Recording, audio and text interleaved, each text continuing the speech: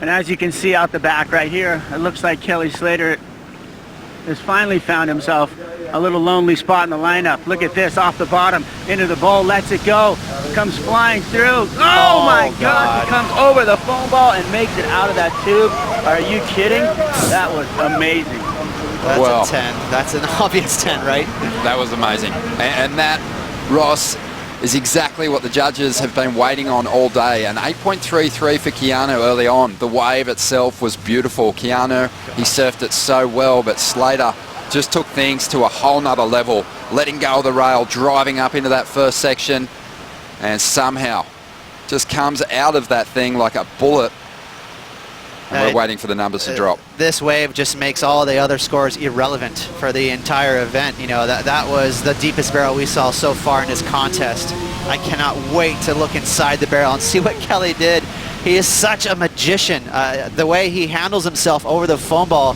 So many surfers have this weird natural tendency to just jump off. As soon as they get touched by the foam ball, you slide or you fall, but somehow Kelly rides through that foam ball. That is absolutely crazy.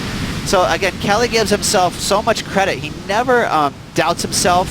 He almost kind of goes through these barrels by braille. You know, there's no visual indications for him to go, okay, there's the exit. There's 1 or 2 seconds there where he's completely engulfed by that whitewash, and he still managed to come out. Well, if the number didn't come through, I would have swam out to the tower and had a word with the judges myself. But it has dropped, or is just about to drop. There's only one score to come through, but it's not going to matter because there is already 4 10-point rides on the board, and the 5th comes through now at a 10. It's unanimous. Kelly Slater, a perfect ride, and he moves into the lead. Keanu was saying he had to be expecting that Kelly was going to fight back at some time, but it was like I was saying before, Ross, there's so many good backhand tube riders in the world. John Florence, he's regarded as arguably the best at the moment. A lot of hype, but he hasn't yet delivered those results in the barreling waves. Kelly does it so well with the jersey on, year in, year out. Okay, so again, something we haven't talked about yet for this ride in particular. Kelly was ultra deep on that barrel. Where he chose to pick his line, you can see he's even fading back as he paddles. There's a pretty technical late drop, and watch this pump. He lets go of his rail and gets that very subtle, but it was obvious he pumped. That gave him just enough ground to get up and over the foam ball.